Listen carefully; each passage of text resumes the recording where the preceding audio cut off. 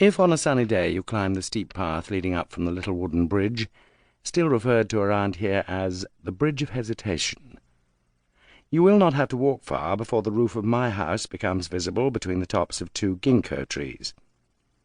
Even if it did not occupy such a commanding position on the hill, the house would still stand out from all others nearby, so that as you come up the path you may find yourself wondering what sort of wealthy man owns it.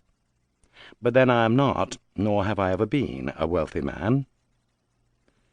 The imposing air of the house will be accounted for, perhaps, if I inform you that it was built by my predecessor, and that he was none other than Akira Sugimura.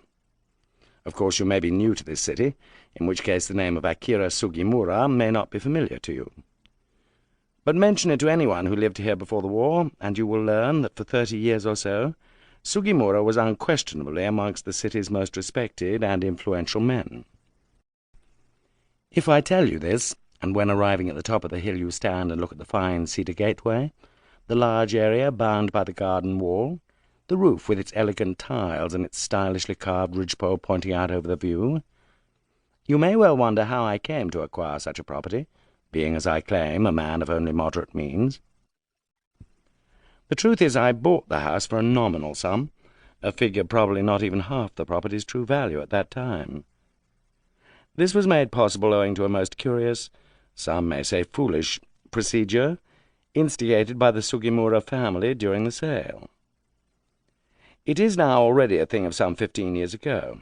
In those days, when my circumstances seemed to improve with each month, my wife had begun to press me to find a new house.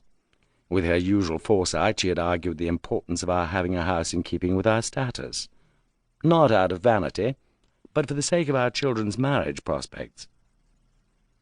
I saw the sense in this, but since Setsuko, our eldest, was still only 14 or 15, I did not go about the matter with any urgency. Nevertheless, for a year or so, whenever I heard of a suitable house for sale, I would remember to make inquiries. It was one of my pupils who first brought it to my attention that Akira Sugimura's house, a year after his death, was to be sold off. That I should buy such a house seemed absurd, and I put the suggestion down to the exaggerated respect my pupils always had for me.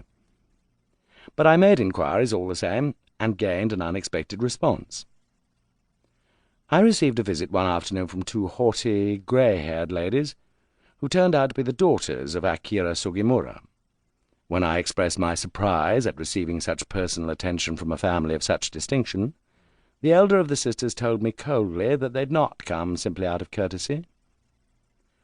Over the previous months a fair number of inquiries had been received for their late father's house, but the family had in the end decided to refuse all but 4 of the applications. These 4 applicants had been selected carefully by family members on grounds purely of good character and achievement. "It is of the first importance to us," she went on, "that the house our father built should pass to one he would have approved of and deemed worthy of it. Of course, circumstances oblige us to consider the financial aspect, but this is strictly secondary. We have therefore set a price." At this point the younger sister, who had barely spoken, presented me with an envelope, and they watched me sternly as I opened it. Inside was a single sheet of paper, blank, but for a figure written elegantly with an ink brush. I was about to express my astonishment at the low price, but then saw from the faces before me that further discussion of finances would be considered distasteful. The elder sister said simply, "It will not be in the interests of any of you to try to outbid one another.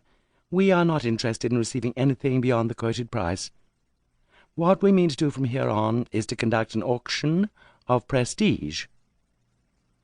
They had come in person, she explained, to ask formally on behalf of the Sugimura family that I submit myself, along, of course, with the other 3 applicants, to a closer investigation of my background and credentials. A suitable buyer could thus be chosen.